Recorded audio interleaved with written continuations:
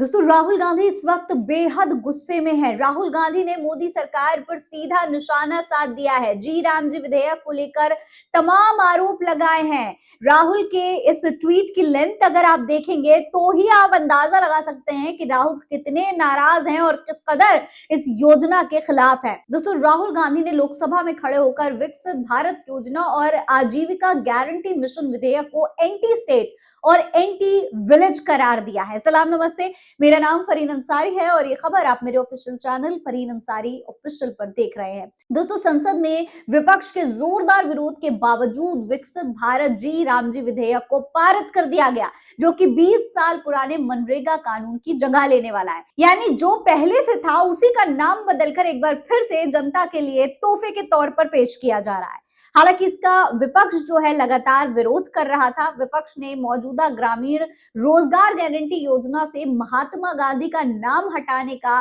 काफी विरोध किया और केंद्र सरकार पर राज्यों पर वित्तीय बोझ डालने का आरोप लगाया। लेकिन अब राहुल गांधी ने एक लंबा चौड़ा ट्वीट करके बताया है कि आखिर ये सब करने के पीछे सरकार की असली मंशा क्या है। राहुल ने मनरेगा की जगह लाए गए विधेयक विकसित भारत जी राम जी को गांव विरोधी करार दिया और कहा कि पीएम मोदी के लक्ष्य साफ है, ग्रामीण भारत खासकर पिछड़े वर्ग की ताकत को कमजोर करना, सत्ता का केंद्रीयकरण करना और फिर नारों को सुधार के तौर पर बेचना। सोशल मीडिया पर राहुल ने जो ये पोस्ट शेयर किया है उसमें वो लिखते हैं कि बीती रात मोदी सरकार ने 20 साल के मनरेगा को एक दिन में ध्वस्त कर दिया।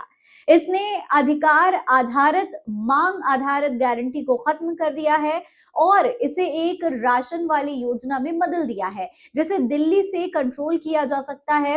ये डिजाइन से ही राज्य विरोधी और गांव विरोधी है। सिर्फ इतना ही नहीं दोस्तों, राहुल गांधी ये भी बोले कि असली विकल्पों के साथ शोषण और मजदूरों में पलायन कम हुआ है, मजदूरी बढ़ी, काम करने की स्थिति में सुधार हुआ और साथ ही ग्रामीण बुनियादी ढांचे का निर्माण और सुधार हुआ। ये सरकार ठीक उसी ताकत को तोड़ना चाहती है। उन्होंने कहा कि काम को सीमित करके और इसे मना करने के और तरीके बनाकर विकसित भारत जी राम जी विधेयक ग्रामीण गरीबों के पास मौजूद एकमात्र हथियार को कमजोर करता है। राहुल ने यह भी दावा किया कि हमने देखा है कि कोविड के दौरान मनरेगा का क्या मतलब था। जब अर्थव्यवस्था बंद हो गई और लोगों की आजीविका खत्म हो गई तो मनरेगा ने करोड़ों लोगों को भूख और कर्ज में डूबने से बचाया। दोस्तों राहुल गांधी ने यह भी दावा किया कि महिलाओं की सबसे ज्यादा मदद की इस मनरेगा ने साल दर साल महिलाओं के काम के दिनों में बढ़ोतरी हुई।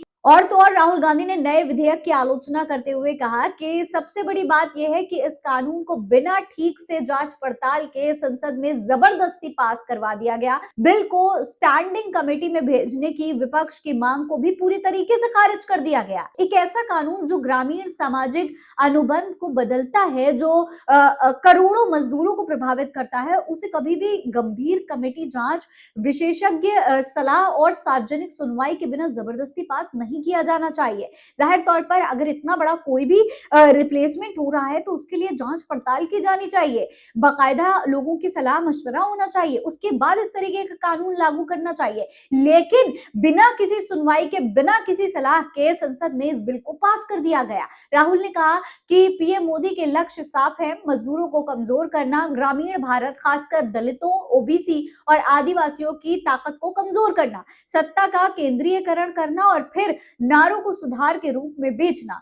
राहुल गांधी ने कहा कि मनरेगा दुनिया सबसे सफल गरीबी उन्मूलन और सशक्तिकरण कार्यक्रमों में से एक था। हम इस सरकार को ग्रामीण गरीबों की आखिरी सुरक्षा पंक्ति को नष्ट नहीं करने देंगे। हम इस कदम को हराने के लिए मजदूरों, पंचायतों और राज्यों के साथ खड़े होंगे और ये सुनिश्चित करने के लिए देशव्यापी मोर्चा बनाएंगे कि ये कानून वापस लिया जाए। तो साफ तौर पर राहुल गांधी ने ऐलान कर दिया है कि कुछ भी करके इस कानून को वापस लिया जाएगा। आपको याद होगा कि किस तरीके से बहुत भयंकर बड़ा आंदोलन देश के किसानों ने किया था और फिर सरकार को आखिरकार झुकना पड़ा था। इसी तरीके से जब 3 कृषि कानून लागू किए जा रहे थे, तब किसानों के विरोध के बाद सरकार को इसे वापस लेना पड़ा। मोदी सरकार ने खुद आकर के माफी मांगी और अब इसी तरीके से राहुल गांधी इस बिल के लिए भी कहीं ना कहीं एक बहुत बड़ा मोर्चा खोलने की बात कह रहे हैं। आगे क्या कुछ होगा ये देखना बेहद दिलचस्प होगा।